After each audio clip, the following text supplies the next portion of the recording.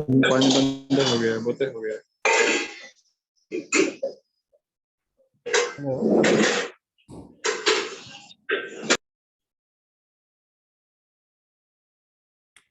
Okay. अच्छा, अब मैं आप लोगों को ये बता रहा था कि इसके अंदर जो मैंने यहाँ पे जो मैंने रजिस्टर का बटन बनाया है, अब रजिस्टर के बटन के ऊपर मैंने यहाँ पे क्या किया हुआ था, मैंने यहाँ पे बाय डिफॉल्ट इसकी मैंने यहाँ पे इसकी जो वैल्यू है डिसेबल्ड की, वो मैंने ट्रू फिक्स रख दी। ठीक है, अब ये हर केस के अंदर मेरा ये बटन डिसेबल ही रहेगा, चाहे मेरा फॉर्म वैलिड हो या इनवैलिड हो। लेकिन अगर मुझे इसको इस वैलिड के हिसाब से अगर मुझे इसको चेंज करना है, तो यहाँ पर मैं इस ट्रू की कंडीशन के बजाय यहाँ पर मैं रख दूंगा इज वैलिड। ठीक है। अच्छा, इज वैलिड का मतलब ये है कि यहाँ पर मैं इस वैलिड को कर दूंगा नॉट। नॉट मैंने क्यों किया, मैं आपको अभी बताता हूँ। अच्छा, डिसेबल्ड आपके पास होना चाहिए जब आपका फॉर्म वैलिड नहीं हो, इस वजह से आप तब आपका फॉर्म ये डिसेबल होना चाहिए। तो इस वजह से मैंने यहाँ पे नॉट लगाया है। मतलब इज वैलिड आपके पास कब आएगा, इज वैलिड आपके पास जब आएगा जब आपके फॉर्म की ये तीनों वैल्यूज आपके पास अवेलेबल होंगी, एग्जिस्ट करती होंगी, तब आपका फॉर्म जो है वो इज वैलिड ट्रू होगा। अदरवाइज आपका फॉर्म इज वैलिड फॉल्स आएगा, जिसकी वजह से मैंने यहाँ पे इस वैलिड को मैंने यहाँ पे नॉट के अंदर डिफाइन किया कि अगर आपका फॉर्म वैलिड नहीं है तब ये डिसेबल होना चाहिए। ठीक है। अच्छा, अब अगर मैं यहाँ पे देखूंगा और मैं इसको रिफ्रेश कर देता हूँ एक दफा। अच्छा, अभी मेरे पास यहाँ पर आ रहा है फॉर्म इज नॉट वैलिड, और मेरे पास यहाँ पर ईमेल एड्रेस आ रहा है और पासवर्ड आ रहा है। मैं यहाँ पे इसको चेंज करके भी देख लेता हूँ। फॉर एग्जाम्पल यहाँ पर मैं रख देता हूँ test@mail.com। ठीक है। यहाँ पर मैं पासवर्ड के अंदर रख देता हूँ एडमिन, पासवर्ड में मैं रख देता हूँ test123। तो अब आपको यहाँ पे नजर आएगा कि मेरा ये वाला जो बटन है ये मेरा ऑटोमेटिकली ये वाला बटन मेरा जो है वो इनेबल हो जाता है। ठीक है। अच्छा, ये वाला पार्ट तो हमने कवर कर लिया। इसके अंदर आप में से किसी को भी क्वेश्चन है तो प्लीज पूछ लें, मैं फिर आप लोगों को ये पासवर्ड और कंफर्म पासवर्ड भी करके मैं बता देता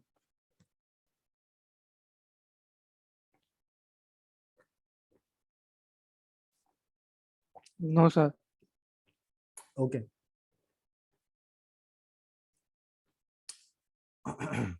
अच्छा, इसी के साथ साथ अगर मुझे पासवर्ड और कंफर्म पासवर्ड भी अगर मुझे चेक करना है, तो वो चेक करने के लिए मैं सिंपली क्या करूंगा, वो चेक करने के लिए मैं सिंपली ये कर सकता हूँ कि मैं यहाँ पर जहां पर मैंने इस वैलिड ट्रू करवाया हुआ है, यहीं पर मैं इसको चेक कर लूं कि अगर मेरा ये पासवर्ड जो है,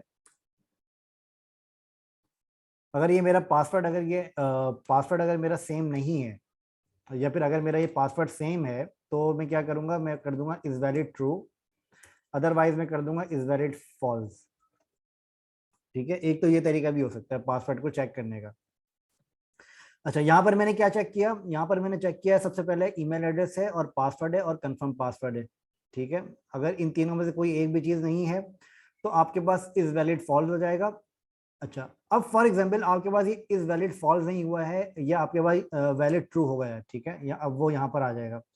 अच्छा, जब यहाँ पे वैलिड ट्रू हो जाएगा तो ट्रू होने के बाद ये क्या करेगा, ये यहाँ पे चेक करेगा पासवर्ड और कंफर्म पासवर्ड अगर सेम है तब ये ट्रू करे, अदरवाइज ये तब भी ये फॉल्स रखे। ठीक है।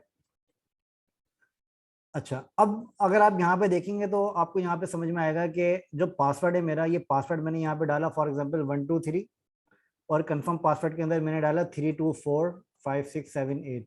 अभी भी मेरा ये वाला बटन डिसेबल आ रहा है। उसका रीजन क्या है, उसका रीजन ये है कि मेरे पास जो पासवर्ड है और कंफर्म पासवर्ड है, ये दोनों फील्ड्स मेरे पास मैच नहीं कर रही है। इसकी वजह से ये वाला बटन आपके पास अभी भी डिसेबल्ड नजर आ रहा है। ठीक है, क्योंकि स्टिल आपका ये वाला फॉर्म वैलिड नहीं है। ठीक है, अभी भी ये आपका फॉर्म इज वैलिड फॉल्स के ऊपर आ रहा है। अगर जैसे मैं इसको यहाँ पे सेम कर दूंगा, फॉर एग्जाम्पल यहाँ पर मैं इसको कर देता हूँ test123, यहाँ पर भी मैं इसको कर देता हूँ test123। तो अब आपको यहाँ पे नजर आएगा फॉर्म इज वैलिड, और यहाँ पे आपका रजिस्टर का बटन भी यहाँ पे नजर आएगा, जो कि आपको अब इनेबल नजर आ रहा है, अब ये डिसेबल फॉर्मेट में नहीं है।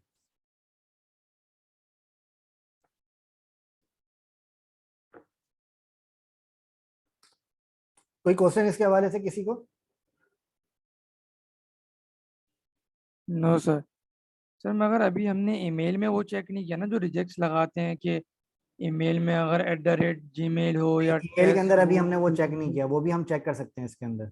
राइट, वो रिजेक्ट्स का मैं आपको एक अलग से सेशन दूंगा जिसके अंदर मैं आप लोगों को रिजेक्ट्स के बारे में बताऊंगा कि वो किस तरीके से लिखी जाती है। ठीक है सर। ठीक है।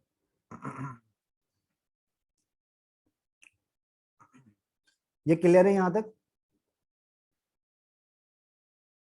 अच्छा, पुराने जी सेशंस सर। के अंदर आप लोगों में से किसी को कोई क्वेश्चन है, कोई कंफ्यूजन है तो प्लीज पूछ सकते हैं।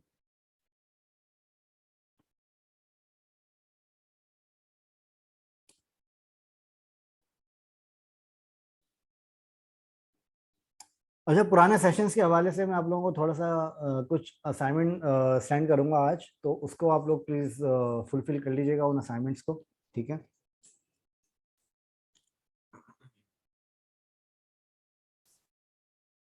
ओके। अच्छा, अब ये वाला पार्ट तो हमने यहाँ पे कवर कर लिया है, ठीक है। अब इसके बाद मैं यहाँ पे थोड़ा सा आपको इनलाइन कंडीशंस के बारे में बता देता हूँ। जो आपके पास इनलाइन कंडीशंस होती हैं वो आप किस तरीके से अप्लाई कर सकते हैं। अच्छा, अब फॉर एग्जांपल यहाँ पर मैंने क्या किया है, यहाँ पर मैंने अलग अलग इफ एल्स की कंडीशंस मैंने यहाँ पे लगाई हुई है। अगर मैं इसको एक ही कंडीशन के ऊपर अगर मैं अप्लाई करना चाहूंगा तो वो मैं कैसे अप्लाई करूंगा।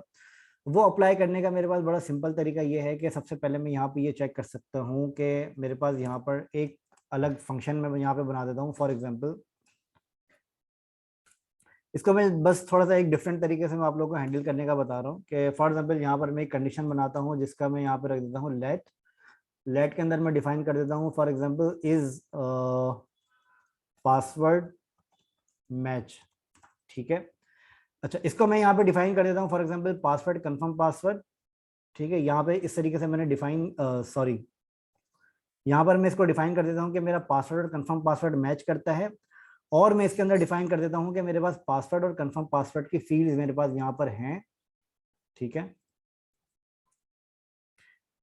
तो इस अगर ये वाली सारी फील्ड्स मेरे पास ट्रू होंगी तो इस केस के अंदर मेरा इस पासवर्ड मैच की बाय डिफॉल्ट वैल्यू मेरे पास ट्रू रिटर्न करेगा, ठीक है। अच्छा, इस वैलिड को भी अगर मैं एक सिंगल लाइन के अंदर अगर मैं डिफाइन करना चाहूँ तो इसको भी मैं इस तरीके से कर सकता हूँ कि अगर मेरा इज वैलिड, अगर मेरे पास यहाँ पर इनवैलिड, अगर मेरे पास यहाँ पे ईमेल एड्रेस नहीं है या फिर मेरे पास पासवर्ड नहीं है, ठीक है। या फिर इसको अगर मैं इस तरह से करना चाहूँ तो इस तरह से भी मैं कर सकता हूँ कि अगर मेरे पास ईमेल एड्रेस भी है और मेरे पास पासवर्ड भी है, ठीक है, और इसी तरीके से मेरे पास कंफर्म पासवर्ड भी अगर एग्जिस्ट करता है तब मेरे पास इज वैलिड ट्रू होगा, अदरवाइज मेरे पास इज वैलिड फॉल्स होगा। ओके, इस तरीके से भी मैं इसको कर सकता हूँ। अच्छा, इसको अगर मैं यहाँ पे इस तरीके से मैं कर दूं, और ये करने के बाद अगर मैं इसको यहाँ पे अगर अपने पासवर्ड को यहाँ पे मैं चेक करवाऊँ कि फॉर एग्जांपल यहाँ पर मैं डिफाइन करूँ इस पासवर्ड मैच, अगर ये नहीं करता है तो यहाँ पर मेरे पास क्या आएगा, यहाँ पर मेरे पास आना चाहिए प्लीज इंटर योर पासवर्ड, या फिर मैं यहाँ पे करता हूँ इनवैलिड पासवर्ड, ठीक है। इस तरीके से मैं यहाँ पे सिंगल लाइन ऑपरेटर्स के साथ मैं इसको यहाँ पे डिफाइन कर सकता हूँ। अब अगर मैं यहाँ पे देखूँ तो यहाँ पर मैं यहाँ पे करता हूँ for example admin 123 confirm password के अंदर भी मैं यहाँ पे कुछ भी लिख देता हूँ। तो अब मेरे पास यहाँ पे क्या आ रहा है, मेरे पास यहाँ पर आ रहा है इनवैलिड पासवर्ड, ठीक है। इसको मैं थोड़ा सा मैं स्टाइल कर देता हूँ ताकि ये चीज़ आप लोगों को क्लियर हो जाए।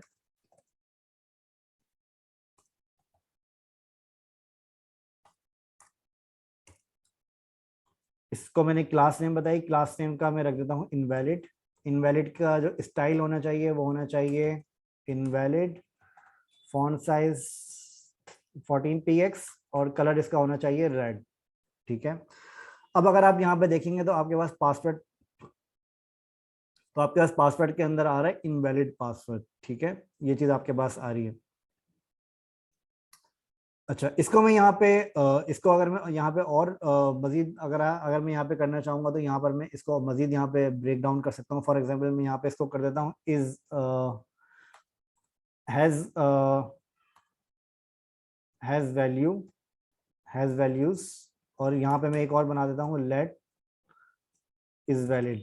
इज वैलिड ये कब होगा, इज वैलिड ये होना चाहिए जब इसके पास हैज वैल्यूज भी ट्रू हो और इसके पास पासवर्ड भी मैच करता हो, ठीक है। और इज वैलिड मेरे पास तब ट्रू होना चाहिए जब मेरे पास हैज वैल्यूज भी हो और पासवर्ड भी मैच करता हो, तब जाके मेरे पास ये वाली कंडीशन ट्रू होनी चाहिए। अब अगर आप यहाँ पे नोटिस करेंगे तो आपके पास यहाँ पर रजिस्टर का फंक्शन, रजिस्टर का बटन आपको यहाँ पे बाय डिफॉल्ट डिसेबल नजर आ रहा है। जस्ट मैंने यहाँ पे क्या किया है कि अपने कोड को आपको थोड़ा सा इसको मैंने इसी कोड को मैंने आपको थोड़ा सा रिफैक्टर करके मैंने बताया कि आप इसको शॉर्ट हैंड कोडिंग के अंदर आप किस तरीके से आप लिख सकते हैं, ठीक है। तो सबसे पहले आप यहाँ पे चेक करेंगे हैज वैल्यूज भी होनी चाहिए, और फिर आप यहाँ पे चेक करेंगे ईमेल एड्रेस भी होना चाहिए, ठीक है। आप अच्छा, अलग अलग कंडीशंस बनाने से आपको एक फायदा ये हो सकता है कि आप अपनी आपके पास अपनी जो है आपके पास अपनी जो वैलिडेशंस हैं वो वैलिडेशंस के अंदर आप अलग अलग अपने मैसेजेस आप आसानी से डिफाइन कर सकते हैं, ठीक है। और फॉर एग्जांपल यहाँ पर जैसे मैंने यहाँ पे इनवैलिड पासवर्ड का यहाँ पे मैसेज मैंने डिफाइन किया है, इसी तरीके से मैं यहाँ पे अपने अलग अलग मैसेजेस में मजीद भी डिफाइन कर सकता हूँ, ठीक है। मैं यहाँ पे डिफाइन कर देता हूँ, for example is password match. अगर पासवर्ड मैच नहीं करता है तो मेरे पास यहाँ मैसेज आना चाहिए इनवैलिड पासवर्ड। अगर मेरे पास यहाँ पर हैज वैल्यूज अगर मेरे पास नहीं है तो मेरे पास यहाँ पर आना चाहिए मैसेज,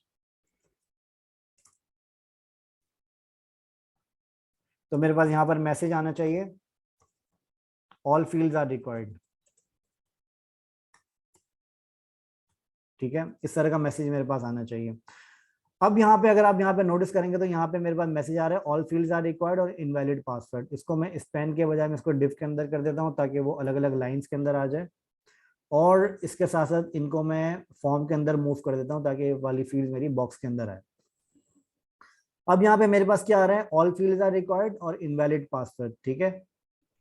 यहाँ पर मैं जैसे ही कंफर्म पासवर्ड के अंदर फील्ड डाल देता हूँ तो अब आपको नजर आएगा ऑल फील्ड्स रिक्वायर्ड वाला मेरे पास हाइड हो गया है। अब सिर्फ मेरे पास आ रहा है इनवैलिड पासवर्ड, क्योंकि ऑल फील्ड्स वाला क्यों हाइड हो गया, उसका रीजन ये है कि मेरे पास अब यहाँ पे सारी फील्ड्स के अंदर डेटा तो मौजूद है, सारी फील्ड्स के अंदर वैल्यूज तो है मेरे पास, लेकिन अब मसला ये है कि सिर्फ मेरे पास पासवर्ड जो है वो इनवैलिड है। इस वजह से मेरे पास अब यहाँ पे इनवैलिड पासवर्ड यहाँ पे अलग अलग शो हो रहा है, ठीक है।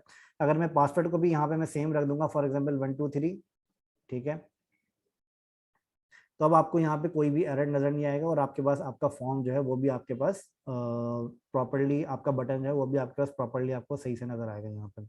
तो इस तरीके से आप अपनी शॉर्ट हैंड कोडिंग भी आप यहाँ पे इस तरीके से कर सकते हैं। अब पहले वाला जो हमारा कोड था वो हमारा काफी ज्यादा इफ एल्स कंडीशंस के साथ साथ वो जो है वो काम कर रहा था, लेकिन अभी वाला जो कोड है हमारा वो और ज्यादा रीडेबल भी है और ज्यादा थोड़ा सा जो है वो सिंपलिस्टिक कोड भी है जिसको आप आसानी से रीड कर सकते हैं, ठीक है। अगर इन दोनों कोड्स को अगर आप यहाँ पे कंपेयर करना चाहें तो कंपेयर भी आप कर सकते हैं।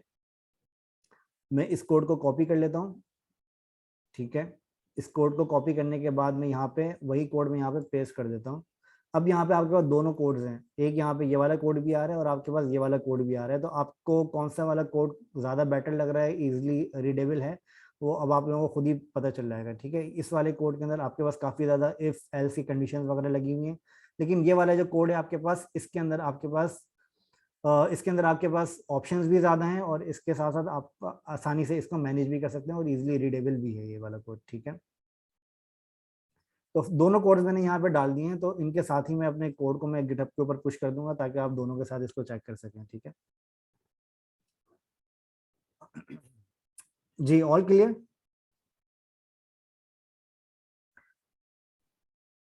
Yes sir. ओके अच्छा, इसके अंदर अगर आप लोगों को थोड़ा सा याद हो तो हम लोग इसके अंदर लास्ट सेशन के अंदर हमने यहाँ पे एक एपीआई हमने यहाँ पे कॉल करी थी, ठीक है। इस एपीआई के अंदर हमारे पास यहाँ पर अलग अलग यहाँ पे डेटा आ रहे थे, ठीक है। फॉर एग्जांपल यहाँ पर हमारे पास डेटा आ रहा था, मैं अबाउट में चले जाता हूँ। अबाउट में जाने के बाद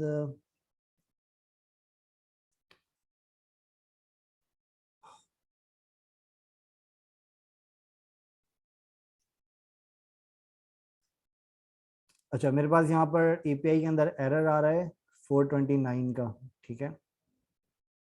अच्छा, यहाँ पर आप लोगों को अलग अलग इस तरह से, यहाँ पर आप लोगों को अलग अलग इस तरीके से आप लोगों को डेटा नजर आ रहा है, ठीक है। तो ये इनलाइन कंडीशंस आप लोग अपने मैप के अंदर भी यूज कर सकते हैं। अगर आप लोग मैप के अंदर अगर आप लोग इनलाइन कंडीशंस यूज करना चाहें तो वो आप कैसे कर सकते हैं, उसको यूज करने का तरीका ये होता है कि जो आपके पास जब आप इस मैप को जब आप लूप चलाते हैं तो इसके अंदर आप रिटर्न से पहले यहाँ पर आप अपनी कंडीशंस को भी मैनेज कर सकते हैं, ठीक है। अब फॉर एग्जांपल यहाँ पर आपको अपनी कंडीशन लगानी है इनवैलिड एज की या फिर इनवैलिड सैलरी की, ठीक है, या फिर मैक्सिमम सैलरी की आपको कंडीशन लगानी है, तो वो आप कैसे कर सकते हैं। वो करने का आपका सिंपल तरीका ये है कि आप यहाँ पर भी अपने वेरिएबल्स डिफाइन कर सकते हैं रिटर्न से पहले, रिटर्न के बाद आप यहाँ नहीं कर सकते, याद रखिएगा। मतलब रिटर्न के बाद अगर आप यहाँ पे वेरिएबल्स डिफाइन करना चाहेंगे तो यहाँ पे ये इनवैलिड तरीका है, इसको आप सही से नहीं कर सकते, ठीक है।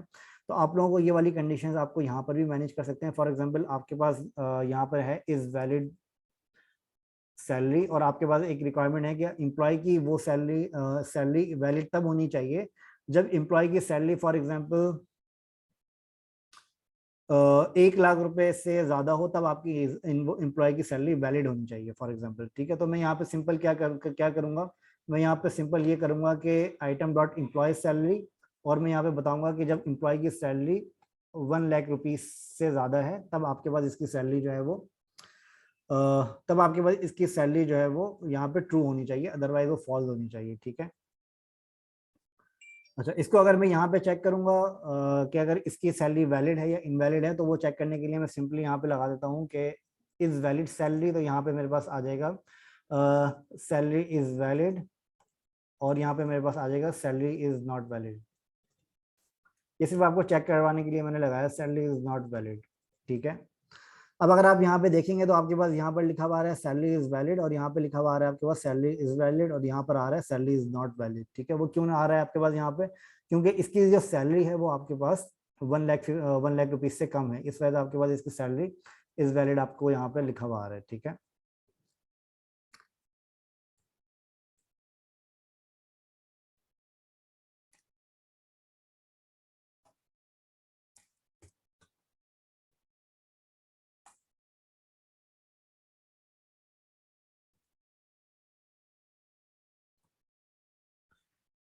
ठीक है। अच्छा, अब यहाँ पे मैंने क्लास भी अप्लाई कर दिया। फॉर एग्जांपल जिसकी सैलरी वैलिड नहीं है उसके ऊपर यहाँ पर रेड कलर से इस तरह से बना हुआ आ जाएगा, अदरवाइज आपके पास अदरवाइज आपके पास ये जो है वो ब्लैक कलर का आ रहा है। अगर आप चाह रहे हैं कि इसके ऊपर कोई ग्रीन कलर का आना चाहिए तो वो भी आप यहाँ पे आसानी से डिफाइन कर सकते हैं। ठीक है। यहाँ पर आप इसको सिंपली अलग से, आपने जैसे स्पैन बनाया हुआ है तो इस स्पैन के ऊपर आप ग्रीन कलर की क्लास अप्लाई कर दें तो वो ग्रीन कलर का आपके पास आ जाएगा। फॉर एग्जाम्पल यहाँ पर मैं कर देता हूँ सक्सेस। ठीक है। सक्सेस के ऊपर मैं क्लास बता देता हूँ। फॉर एग्जांपल सक्सेस के ऊपर मैं क्लास बता देता हूँ, फॉर एग्जांपल ग्रीन। ठीक है। अब आपको जो यहाँ पे इज वैलिड वाला है वो आपको ग्रीन के अंदर नजर आ रहा है, और जो जिसके वैलिड नहीं है वो आपको रेड के अंदर नजर आ रहा है। ठीक है। इस तरीके से आप अपनी सैलरीज को इस तरीके से यहाँ पे आप डिफाइन कर सकते हैं अलग अलग। ठीक है। क्लियर है यहाँ तक? जी सर। ओके। ठीक है। अच्छा, पुराने सेशंस के अंदर अगर आप लोगों में से किसी को कोई क्वेश्चन है तो पूछ लें प्लीज।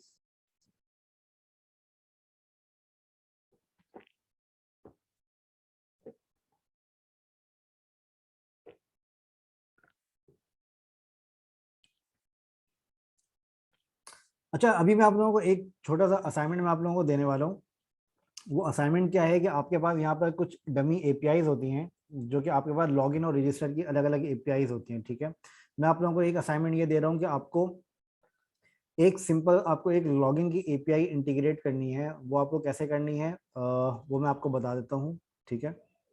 मतलब ऑब्वियसली आप लोगों को एपीआई इंटीग्रेट करके नहीं दिखाऊंगा, लेकिन मैं ये कि आपको ये बता देता हूँ कि आपको कौन सी एपीआई आप यूज कर सकते हैं अपने लॉगिन के लिए। ठीक है। डमी एपीआई फॉर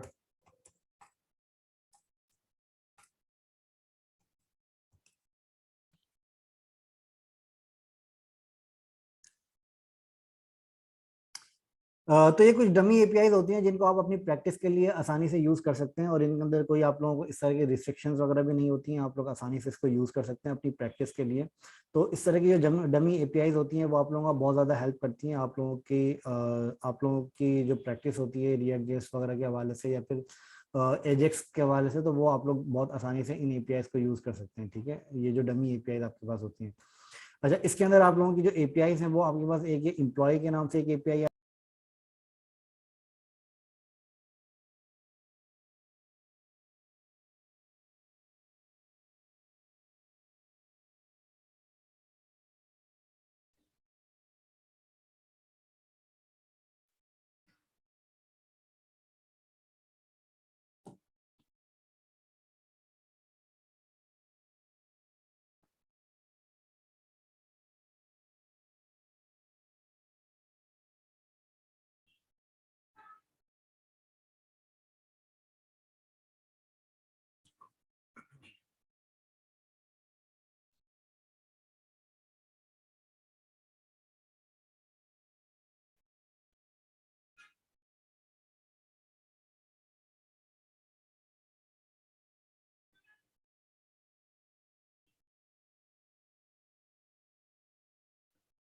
जी मेरी स्क्रीन नजर आ रही है आप लोगों को?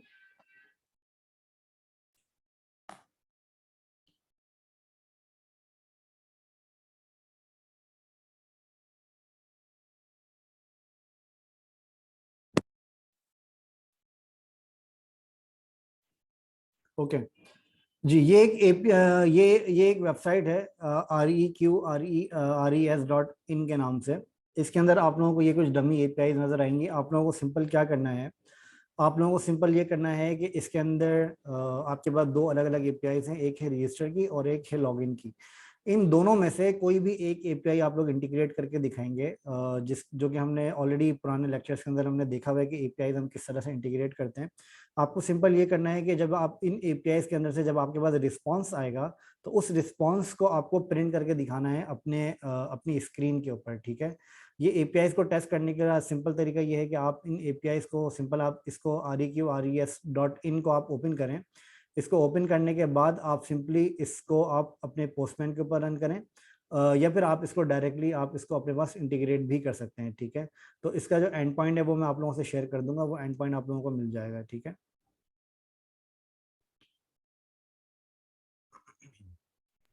सर बेसिकली मतलब डाटा लेकर आने ना एपीआई से, कंसोल में लेकर आए या डॉक्यूमेंट की फॉर्म उसमें लेकर आए, कंसोल में देख।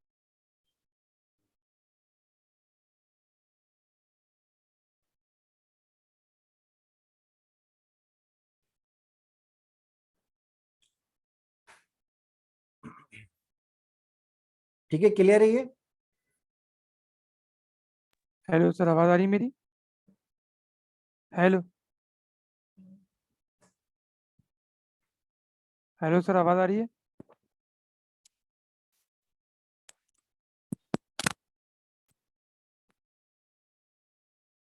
Hello hello.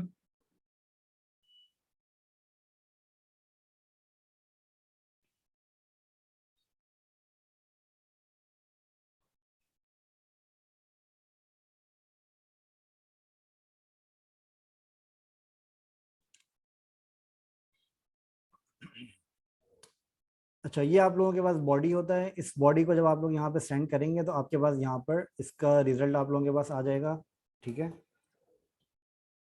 API/register,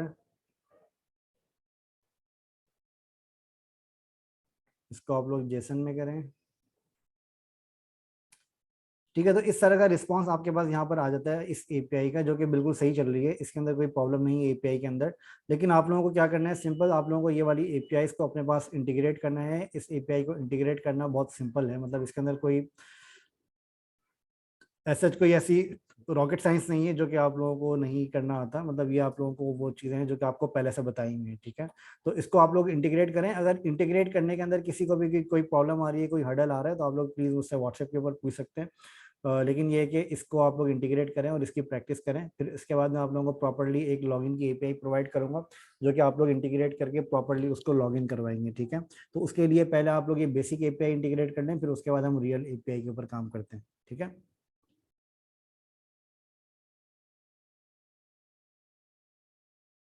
अच्छा, एक मिनट में ज़रा अपना चेक कर लेता हूँ।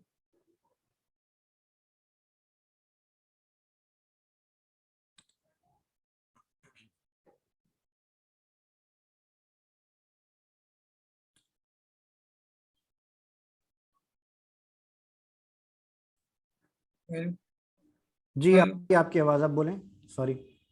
मेरी आवाज़ आ रही है सर? जी अब आ रही है आपकी आवाज़, जी बोलें। सर मैं कह रहा हूँ बेसिकली सिर्फ एपीआई से हमें डाटा लेकर आना है और कंसोल में मतलब कर दिखाना है आपको, कंसोल में या नहीं, डॉक्यूमेंट में, कंसोल में नहीं किस दिखाना। तरह? नहीं नहीं, कंसोल में नहीं दिखाना आपको। डेटा जो है वो अपने पेज के ऊपर डिस्प्ले करवाना है, जैसे हमने ये वाला डेटा डिस्प्ले करवाया हुआ है ना पेज के ऊपर, इस तरह से आपको डिस्प्ले करवाना है डेटा, ठीक है ओके। ठीक है। ये वाली जो मैंने आपको बताया है REQRES.in के नाम से, यहाँ पे आपको इस एपीआई की पूरी इंफॉर्मेशन मिल जाएगी कि आपकी पोस्ट की एपीआई है या फिर गेट की एपीआई है, या फिर आपके पास इसके अंदर आपको डेटा क्या सेंड करना है और इसका एंड पॉइंट क्या है, ठीक है। आप इसके ऊपर सिंपल क्लिक करेंगे तब भी आपको पता चल जाएगी, लेकिन इसका जो एंड पॉइंट है वो सिंपल ये है कि आपको यहाँ पे आपको ये वाला एंड पॉइंट लिखना है यहाँ पे। फिर उसके बाद आपको आगे इस एपीआई का एंड पॉइंट डिफाइन करना है, जो कि आपके पास यहाँ पे जैसे यूजर्स आ रहा है आप यहाँ पे इसी तरह से रजिस्टर के ऊपर यहाँ क्लिक करेंगे तो आपको इसका एंड पॉइंट यहाँ पे नजर आ जाएगा जो कि रजिस्टर है आपका, ठीक है। और इसके अंदर ये आपको रिक्वेस्ट है और ये उसका रिस्पॉन्स है जो कि आपको नजर आएगा, ठीक है। जैसे कि अभी हमने रजिस्टर की एपीआई कॉल करी तो हमारे पास यहाँ पे रिस्पॉन्स आ गया आईडी और टोकन। अगर आपके पास ये वाला सॉफ्टवेयर नहीं है तो इसका नाम है पोस्टमैन। अगर आप लोग पोस्टमैन डाउनलोड करना चाहें तो पोस्टमैन को भी आप डाउनलोड करके एपीआई अगर आपकी सही चल रही है या नहीं चल रही है वो आप यहाँ आसानी से टेस्ट कर सकते हैं, ठीक है।